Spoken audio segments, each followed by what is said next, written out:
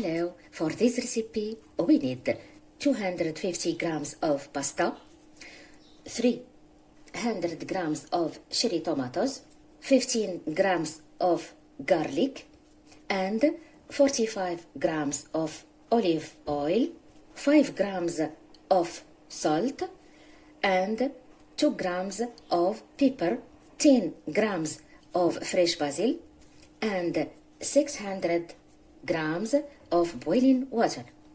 First, put all the ingredients in a large pan. Pasta, cherry tomatoes, garlic, olive oil, salt, pepper, and boiling water.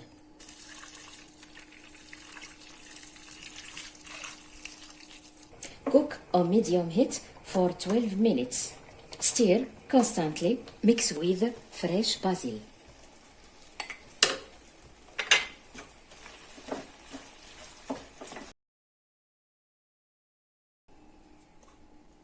Bon appétit!